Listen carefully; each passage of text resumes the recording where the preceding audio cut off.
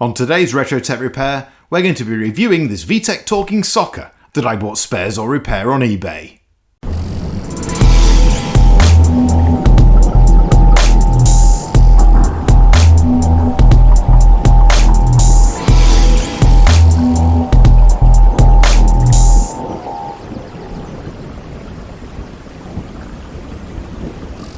So we're doing something different today on Retro Tech Repair. We're going to be reviewing this VTech Talking Soccer, but there's no repair needed. And there's a little bit of a reason for that. Quite often I buy things, spares or repair on eBay, and sometimes, a lot of times, they're just described as untested.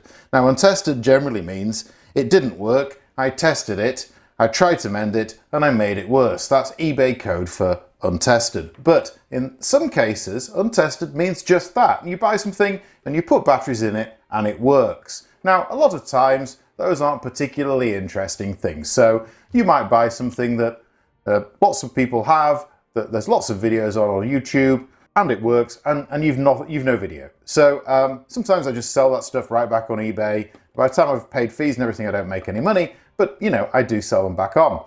This actually is going to be sold back on, and if you're interested, I think it's currently on eBay at about 99 pence as of the middle of November 2020. So if you're watching this mid-November 2020, you can probably bid on this for about £1. And that's probably, in my opinion, what it's worth. But let's see, because there are people selling them on eBay for much more than that. So I'll let you make a decision on whether you think this is something you would want in your games collection. So unfortunately, too much time has passed now between me buying this and me shooting the video, so I can't show you the whole eBay listing, but what I can show you is what I paid. Vintage Rare 1987 VideoTech Talking Soccer, £3.20. Okay, so let's take a look at this bad boy. Excellent cosmetic condition. Very nice, very nice. I think it takes AA's on the back here. We have 4 times 1.5 volts, adapter 9 volts, copyright 1987 video technology, which I'm pretty sure is VTech, and I think, yep, VTech video technology appears on the label. So let's pop some batteries in this bad boy and see what it does.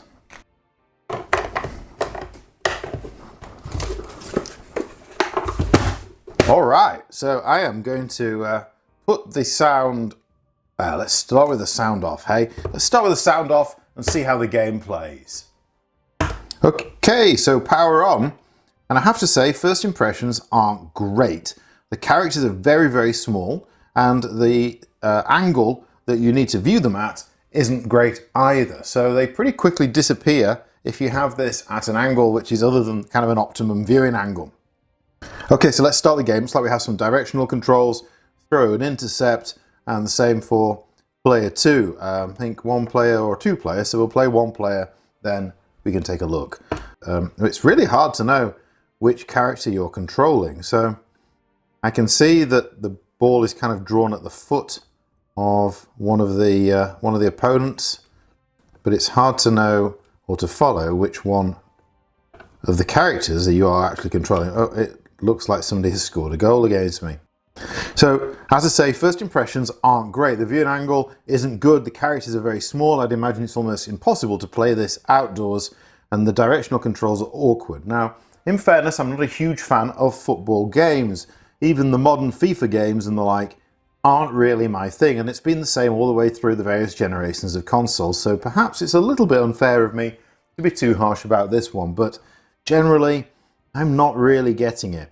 Let's try the kickoff again. Yeah, very hard for me to tell which character I am controlling. It seems that the ball, if the ball is in free play, once you move a player next to it, you kind of collect it, and then it follows you, and then you can kick, and then if it gets, presumably, oh dear, I think they scored again. Presumably, if it gets kicked over the sideline, then it can be thrown back in with a throw-in. So really that's about it for the game in terms of gameplay. As I say, not really my thing. I found the controls a little bit awkward. However, we're kind of missing the important thing here, aren't we? We're not doing the talking. So let's turn it off. We'll turn the talking on. And we'll try it again.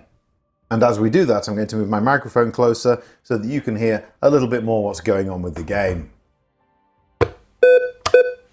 Bulldogs kick off. Oh dear.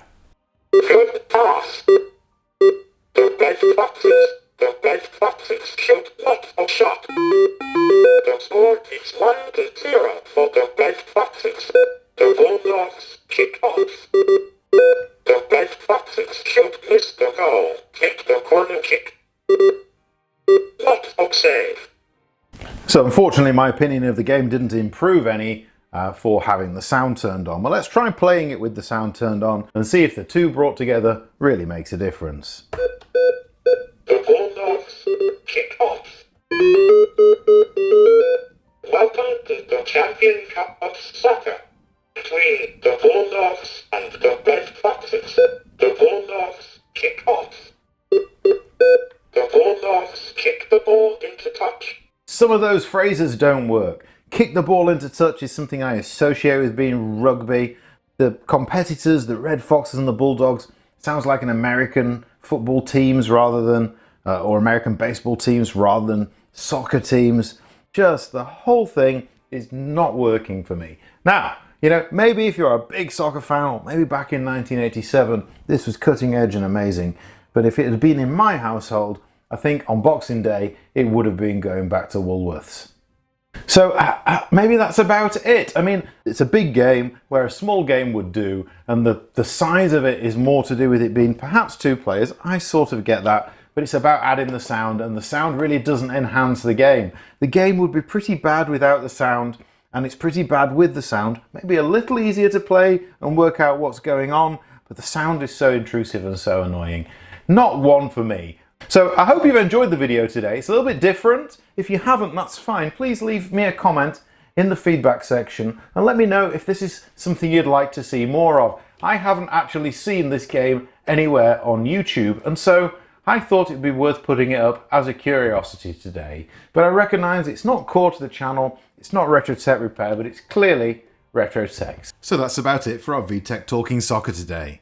I hope you've enjoyed the video, and until next time, thank you so much for watching Retro Tech Repair. The Bulldogs shoot lots of shots. The score is 1-2 for the Bulldogs. The Red